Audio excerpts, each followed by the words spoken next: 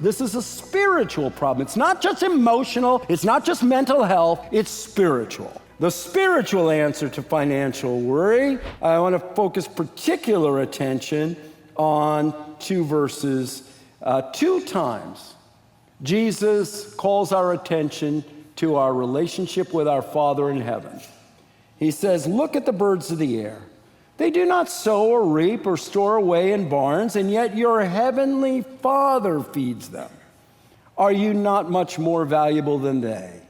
So do not worry, saying in verse 31, do not worry, saying, what shall we eat, or what shall we drink, or what shall we wear? For the pagans run after these things.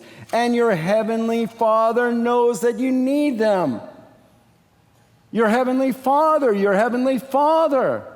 Now compare that with what Jesus says in verse 25, where he says, therefore I tell you, do not worry about your life, what you will eat or drink, or about your body, what you will wear. Is not life more than food and the body more than clothes? Do you understand what Jesus is telling us regarding the spiritual secret to stopping worrying? He's saying, you think the answer to your worry is a what, but it's a who. You think if you had a plan, you know, if I just put this plan together, if I could just have a higher salary, if I could just win the lottery, if I could just get this inheritance, if I could just, pay off this bill, then everything would be okay. If I could just come up with the plan for being a perfect parent, then I'll raise these perfect kids who will continue to walk with the Lord, and when they get older, they'll marry a perfect spouse, and they will live happily ever after. I need a what? And Jesus says, you don't need a what, you need a who. You need a relationship with your Father in heaven. That's what you need. Because your Father in heaven knows you need these things. Listen, let me tell you a story. There was a man who lived back in the 16th century. His name was Martin Luther. Many of you have heard of him. He's the father of the Protestant Reformation. And what you may not know about Luther is that he was raised by a brutal father. His father was so abusive, he was a tyrant. And he used to just beat Martin. And he beat him so often and so awfully that Martin, he just fantasized about running away all the time. He finally left home. He became a monk, and he was protected by monastery walls. And Martin Luther, when he joined the monastery, used to spend hours every day in confession. He confessed so long and so often that he was wearing out the head of the monastery. It's like, you again? When did you have time to sin, And he was, praying psalms and fasting, but he was in confession for hours a day. And biographers have wondered, what was he confessing?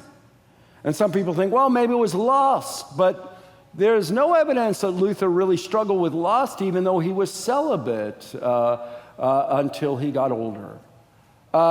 Maybe it was envy, but it wasn't that. You know what he was confessing over and over again?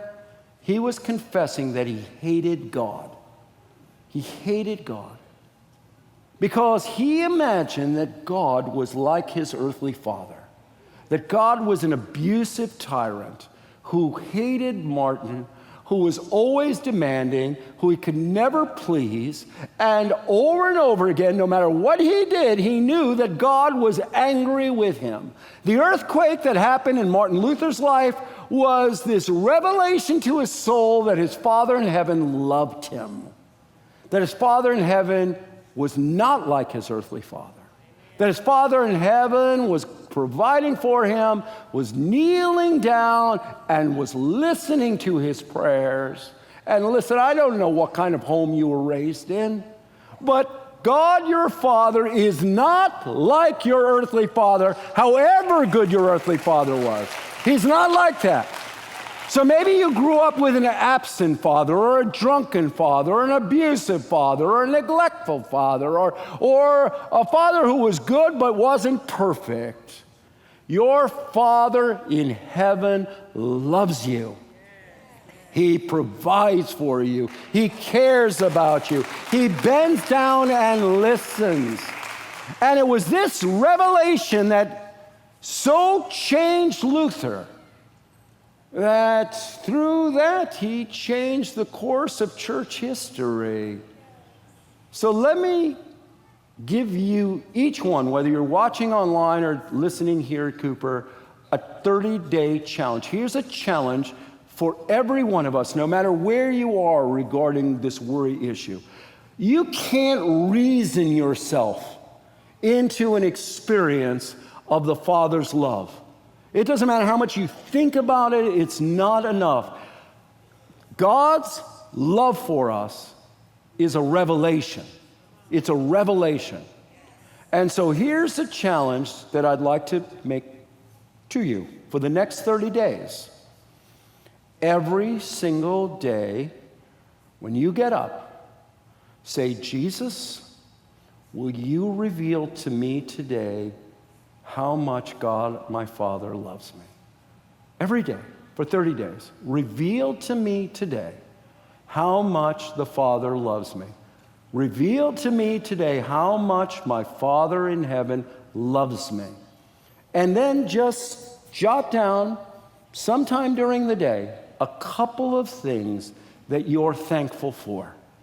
Here are little signs of the grace of God. I got up this morning. I'm not alone. I have a wonderful church. I'm still eating. You're still providing day by day, so that God will reveal to you what he revealed to Martin Luther. He loves you. He provides for you. You don't have to worry. That is the spiritual key. And until you get that, you do not have a foundation for escaping worry. That's the spiritual answer.